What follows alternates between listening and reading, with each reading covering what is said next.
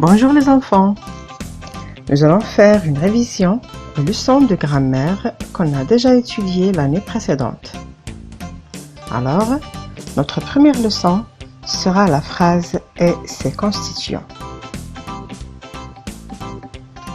Donc, qu'est-ce qu'une phrase d'abord? Vous vous souvenez de la définition de la phrase? D'accord, on verra ensemble. Vous allez dire que la phrase commence par une majuscule et se termine par un point. Donc, c'est comme ça.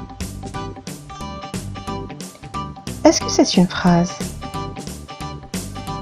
Vous voyez qu'il s'agit seulement d'une lettre en majuscule et un point. Donc, ce n'est pas une phrase. Lisons maintenant l'exemple suivant. L'école vend élèves les a. Est-ce une phrase?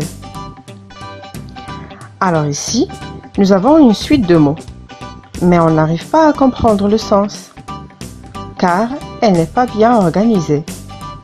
Et en plus, elle ne commence pas avec une majuscule. Donc, ce n'est pas une phrase. Essayons de mettre la phrase dans le bon sens.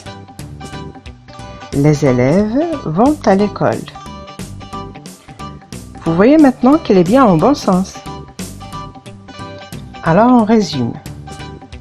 La phrase est une suite de mots bien organisés pour former un sens. Elle commence par une majuscule.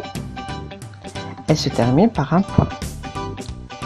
Mais attention, il existe 4 points différents qui peuvent terminer une phrase.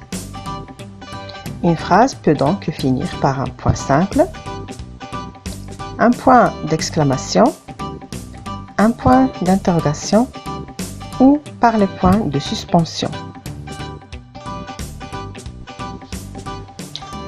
Les constituants de la phrase ou bien les composants de la phrase. Dans une phrase, il y a toujours 2 composants ou bien 2 constituants. Le groupe nominal sujet et le groupe verbal. Mais comment je peux les repérer? Le groupe nominal sujet donne toujours des informations sur le personnage qui fait l'action et ça peut être une personne, un animal ou un objet. Le groupe verbal, quant à lui, indique l'action qui se déroule et il exprime ce que fait le sujet. Pour trouver le groupe nominal sujet, on pose la question suivante. Qui est-ce qui? Plus le verbe conjugué dans la phrase. Le groupe verbal, c'est le groupe de mots qui tournent autour du verbe. Et pour le repérer, on pose la question avec que fait plus le groupe nominal sujet. Exemple.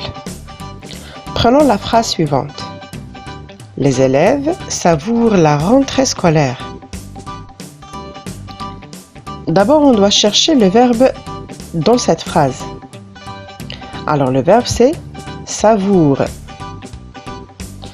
Et on pose la question,